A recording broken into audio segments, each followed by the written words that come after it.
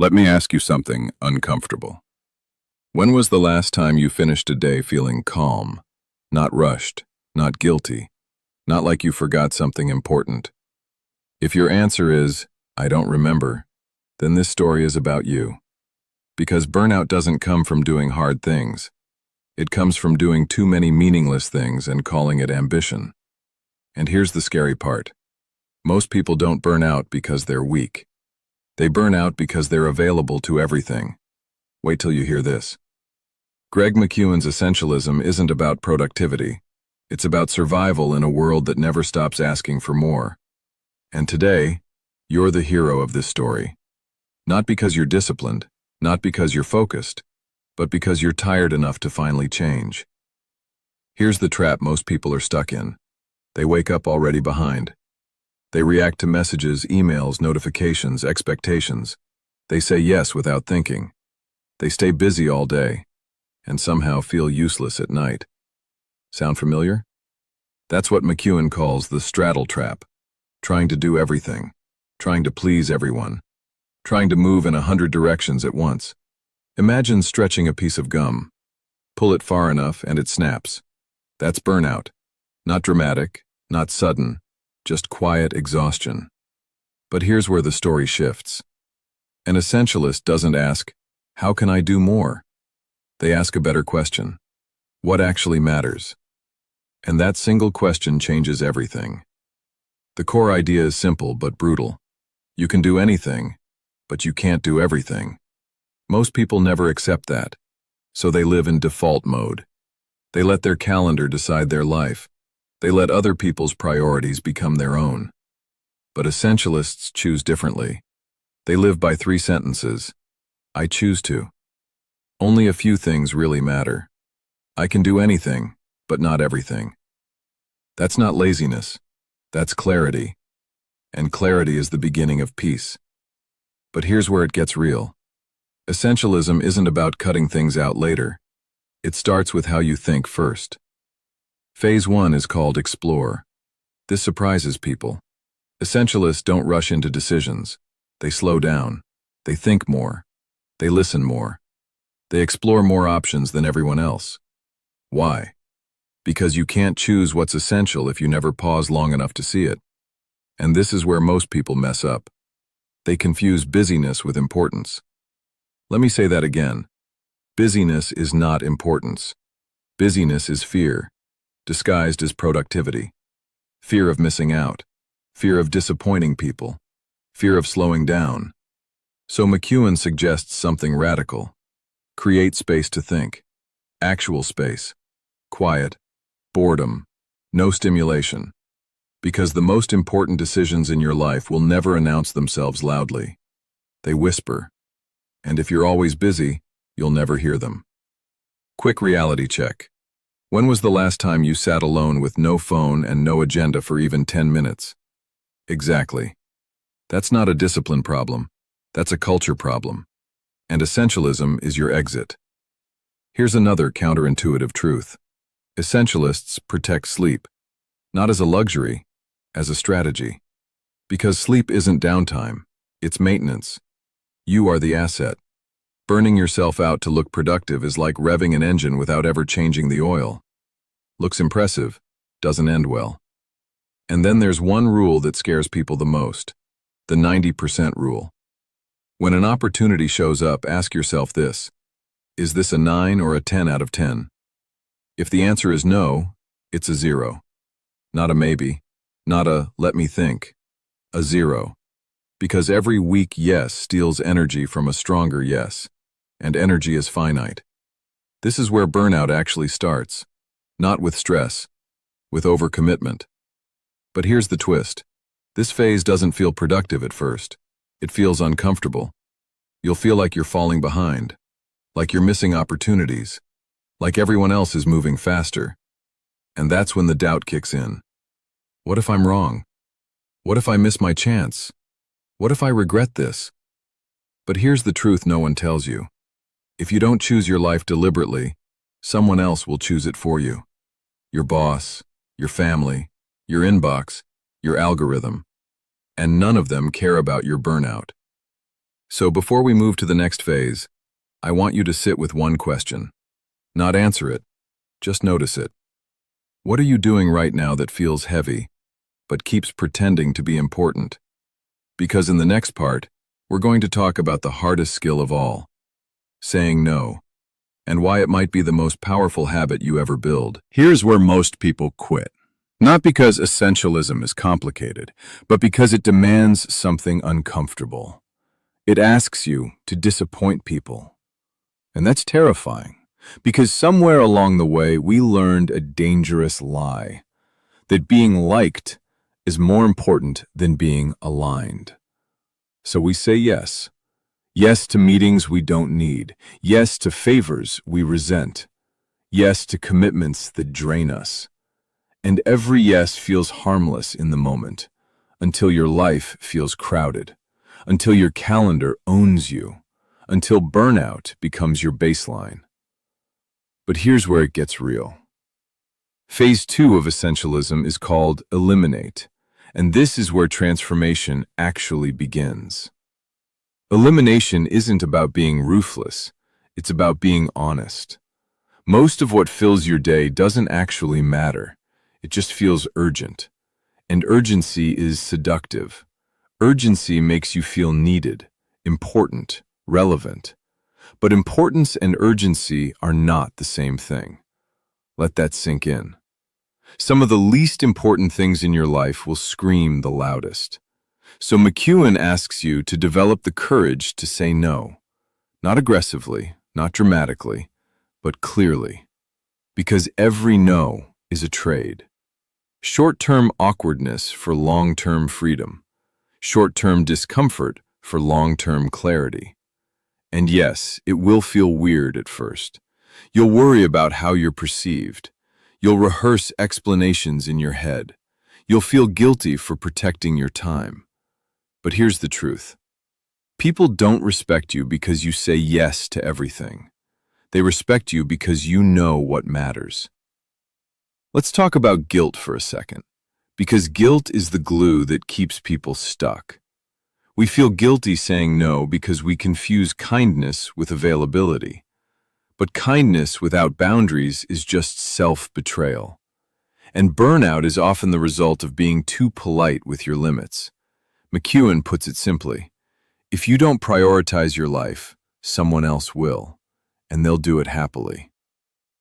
Now here's a mental trap that quietly drains years from people's lives, the sunk cost bias. It sounds logical, but it's emotional. It says, I've already put so much into this, I can't quit now. Time, money, energy, reputation. So you keep going, even when it's wrong, even when it's draining, even when it no longer fits who you're becoming. But essentialists ask a sharper question. If I weren't already doing this, how much would I sacrifice to start today? And if the answer is not much, that's your signal. Because past effort does not justify future misery. Read that again. Your past effort does not justify future misery. Here's another way to see it. Think of your life like a movie. Every scene matters. But not every scene deserves to stay. A great editor cuts ruthlessly, not because the scenes are bad, but because they don't serve the story. Essentialism is life editing, and the story you're telling is simple. Less noise, more meaning. Less exhaustion, more presence. Less reaction, more intention. But here's the thing no one warns you about. When you start eliminating, people will notice. Some will be confused. Some will push back. Some will test your boundaries. And that's okay. Because boundaries don't push good people away. They filter. They reveal who respects your time and who only benefits from it. Quick pattern interrupt. Have you ever agreed to something and immediately felt tired? That wasn't intuition failing you. That was intuition screaming, and you ignored it. Essentialism teaches you to trust that feeling, because your body often knows the truth before your brain catches up. But elimination alone isn't enough. Because if you simply say no without building a system, you'll fall back into old habits. Which brings us to the final phase, the phase that makes everything sustainable. The phase that turns clarity into calm execution. In the next part, we're going to talk about how to make progress without burning yourself out again, how to build buffers, how to remove friction, how to stop living in constant urgency, and why doing less can actually help you achieve more. Here's the mistake most people make. They finally say no. They clear their calendar, they eliminate distractions, and then they still feel overwhelmed. Why? Because clarity without systems creates chaos. Essentialism doesn't end with choosing less. It ends with making execution effortless. And this is where everything changes. McKeown introduces a quiet but powerful idea. Don't force progress. Design for it. Most people try to push through life with raw willpower. They grind, they hustle, they power through exhaustion. But willpower is a terrible long-term strategy. It's unreliable, it burns out, and it disappears the moment stress shows up. Essentialists don't rely on willpower. They build environments where the right actions happen naturally. Let's talk about time, because time is where burnout hides. Most schedules are fantasy documents. They assume everything will go perfectly. Nothing unexpected will happen. Energy will stay consistent all day. That's adorable and completely unrealistic. So when something runs late or a problem pops up, stress explodes. Essentialists solve this with one move. They build buffers. If a task takes an hour, they schedule 90 minutes. If a deadline is Friday, they aim for Wednesday. Not because they're lazy, but because reality is unpredictable. Buffers turn chaos into calm. They give you breathing room. They reduce anxiety. They protect your energy. And suddenly, life feels less like a fire drill. Now here's a counterintuitive truth. Most burnout doesn't come from doing too much. It comes from friction. Tiny obstacles that drain mental energy. Unclear priorities, constant context switching, decisions you shouldn't be making daily. Essentialists hunt friction and eliminate it. They ask, what's making this harder than it needs to be? Maybe it's notifications. Maybe it's clutter. Maybe it's unclear next steps. Instead of trying harder, they remove obstacles, and progress accelerates. Here's a pattern interrupt. Ever notice how starting is harder than doing? That's friction. Once momentum begins, work feels lighter. Which is why essentialists focus on small wins, not massive goals, not overwhelming plans, just the next meaningful step. Minimum viable progress, because motion creates motivation, not the other way around. Another powerful shift. Routine is freedom. At first, routine sounds boring, restrictive, limiting. But think about it. The more decisions you make, the more energy you lose. Essentialists automate the essentials. Sleep routines, morning rituals, work blocks.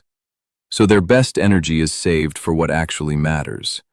Creativity, thinking, meaningful work. Routine doesn't trap you, it frees you. But let's talk about the emotional side. Because even with systems, letting go is hard. We tie our identity to busyness. We wear exhaustion like a badge. I'm slammed. I've got so much going on. I'm always busy. But busy isn't impressive. Busy is reactive. Essentialists don't live reactively. They design their days on purpose. They choose presence over pressure, quality over quantity, meaning over motion. And that choice changes everything. Here's the paradox McKeown warns about. Success can be dangerous, because success creates options, and options create distraction. What once mattered deeply gets crowded out by shiny opportunities. So essentialism isn't a one-time decision. It's a discipline, a daily recommitment to what truly matters, a willingness to disappoint distractions in order to honor your life. Let me ask you something. What's the one thing that gives you energy instead of draining it? The thing that feels aligned, the thing that moves the needle. That's essential. And everything else? Optional. In the final part, we're going to zoom out. We'll talk about what essentialism really gives you. Not productivity, not efficiency, but something deeper. Peace, clarity, a life that feels intentional again. And how to start today without burning everything down. Let's zoom out. Because essentialism isn't just a productivity system. It's a way to breathe again. Burnout doesn't usually arrive all at once. It sneaks in quietly. One extra commitment, one unnecessary meeting, one more, sure, I can do that. Until one day, even the things you once loved feel heavy. Essentialism is the exit. Here's the truth McKeown doesn't sugarcoat. If you don't prioritize your life, someone else will. Your boss, your phone, other people's expectations. They'll happily fill your calendar with their priorities, and you'll wonder why you feel empty despite being busy all day. Essentialism flips that script. It asks you to live by design, not by default. The anti-burnout routine isn't about doing less work. It's about doing the right work. Work that aligns with who you are. Work that creates impact. Work that actually matters. When your energy goes toward the essential, stress drops, focus sharpens, confidence grows. Because deep down, you know you're spending your life wisely. One of the most powerful ideas in the book is also the simplest. Trade popularity for respect. Saying no may disappoint people short-term, but saying yes to everything will disappoint you long-term. And the irony? People respect clarity. They trust boundaries. They feel safer around someone who knows what they stand for. Essentialism doesn't make you selfish. It makes you reliable. Let's talk about identity. Because burnout often comes from trying to be everything to everyone. Essentialists stop asking, "What do people expect from me?" and start asking, "What do I want to contribute?" That shift changes everything. You stop chasing approval. You stop reacting to noise. You stop living on defense. You become deliberate. Another hard truth. Not everything important is urgent. And not everything urgent is important. Burnout lives in urgency. Emails, notifications, last-minute requests. Essentialists protect space for what doesn't scream. Thinking, planning, rest, reflection. The things that actually prevent crisis. Here's a pattern interrupt. Ever notice how rest feels guilty? Like you need to earn it? That's non-essentialist thinking. Essentialists see rest as part of the work. Sleep sharpens judgment. Downtime fuels creativity. Space enables clarity. Burned-out people don't make great decisions. Rested people do. McKeown calls this protecting the asset. The asset is you, your mind, your body, your energy. You don't sacrifice the tool that creates value. You maintain it. So, what does the anti-burnout routine actually look like? It's not complicated. Clear priorities, fewer commitments, built-in buffers, consistent routines, intentional rest. And most importantly, the courage to say no without over-explaining. Let's make this real, right now. Ask yourself, what am I doing that no longer serves the life I want? Not someday, not theoretically, today. That's where burnout begins to reverse. Essentialism doesn't promise an easy life. It promises a meaningful one. A life where effort counts, where energy is focused, where progress feels real, and where exhaustion is no longer the cost of success. Here's the final takeaway. You don't need a better planner. You don't need more motivation. You don't need to push harder. You need fewer priorities and stronger boundaries. Less noise, more intention. Less, but better. And if this message hit home, if part of you knows you've been running on empty, don't scroll past it. Hit subscribe and start letting go of everything that isn't essential. Because the calm, focused version of you, that's not a fantasy. It's a choice.